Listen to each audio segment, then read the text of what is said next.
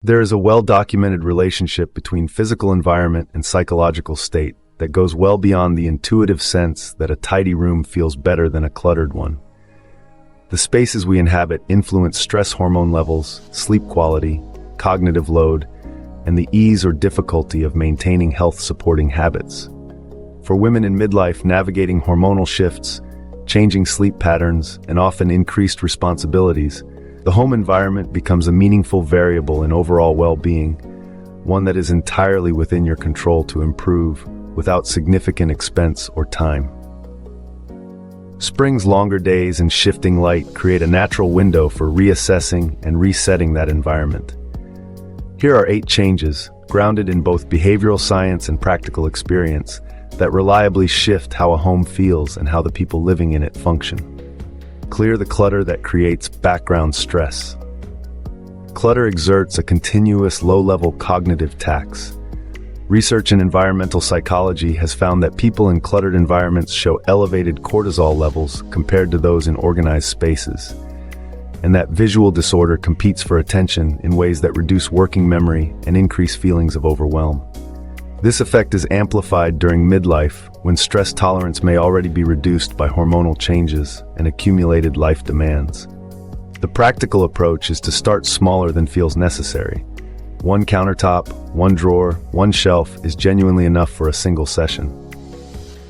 The goal is not to transform the entire house in a weekend, but to create one cleared space that demonstrates what calm looks like and builds momentum.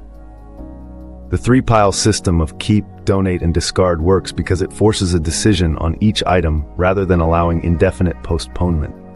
Even one completed surface creates a visual anchor of order that the brain registers as a small but real reduction in environmental demand.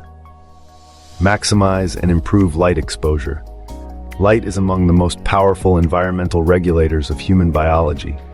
It synchronizes circadian rhythms, suppresses melatonin during waking hours to support alertness, triggers serotonin production associated with mood stability, and directly affects energy levels throughout the day. After menopause, when sleep architecture becomes more fragile and mood fluctuations more common, optimizing light exposure is a genuinely useful intervention rather than a minor preference.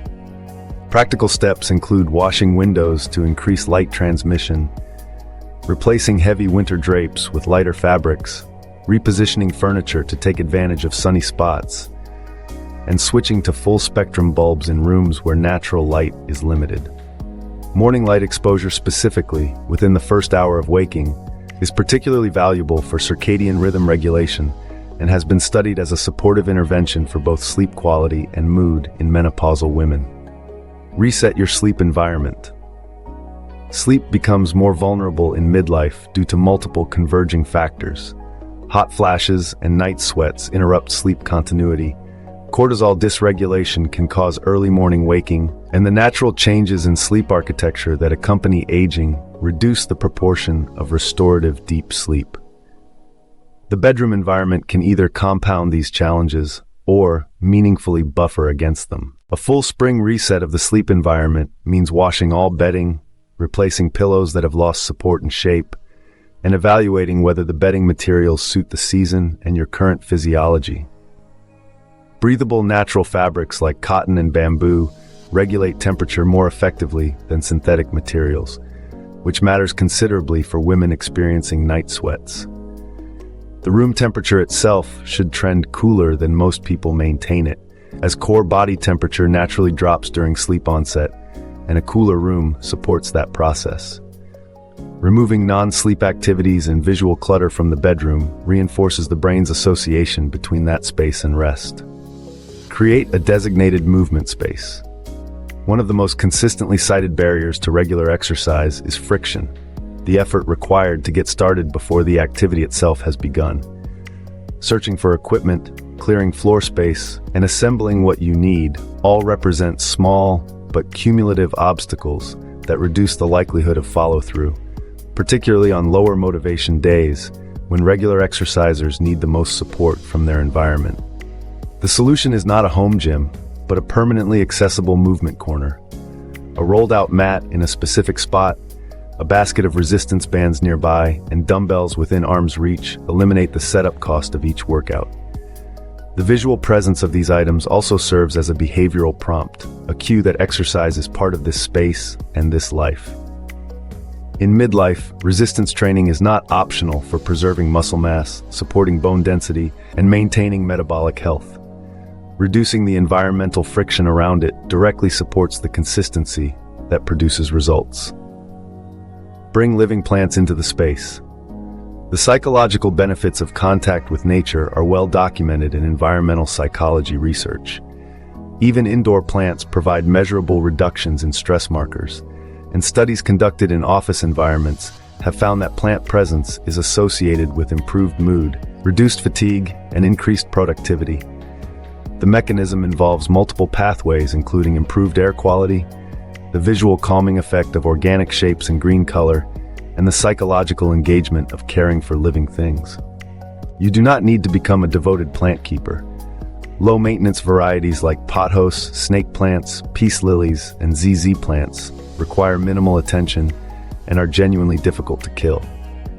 Fresh herbs in the kitchen window serve double duty, providing visual life and culinary utility.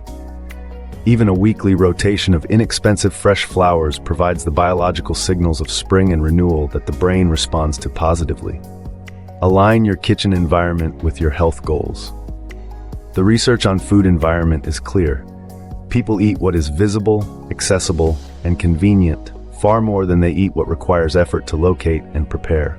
A pantry stocked with highly processed snacks does not require willpower to undermine health goals. It simply operates through availability. Conversely, a kitchen organized around the foods that support your health makes better choices the path of least resistance, rather than an act of discipline. A spring pantry reset involves removing expired items, donating non-perishables you are not using, and reorganizing so that protein sources, whole grains, nuts, seeds, and high-fiber foods are front and center. In midlife, adequate protein becomes particularly critical for maintaining muscle mass during the hormonal changes that reduce muscle protein synthesis efficiency. Making protein-rich options the most visible and accessible choices in your kitchen is an environmental intervention with genuine physiological consequences. Use scent to signal renewal. Olfactory information connects directly to the limbic system, the brain region associated with emotion and memory, more immediately than any other sensory input. This direct pathway means that scent can shift mood and psychological state with a speed and subtlety that visual or auditory changes cannot match.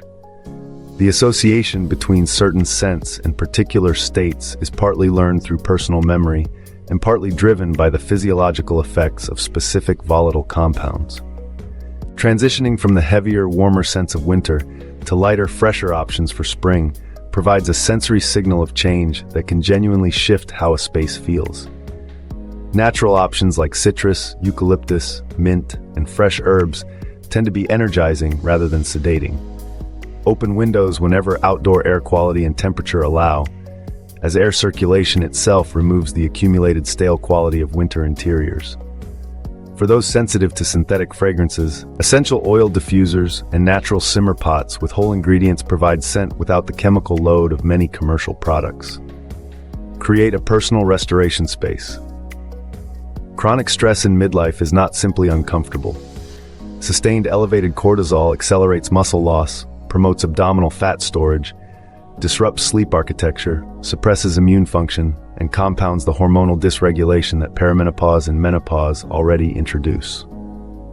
Stress management is therefore a health priority with concrete physiological stakes, not a luxury or an indulgence.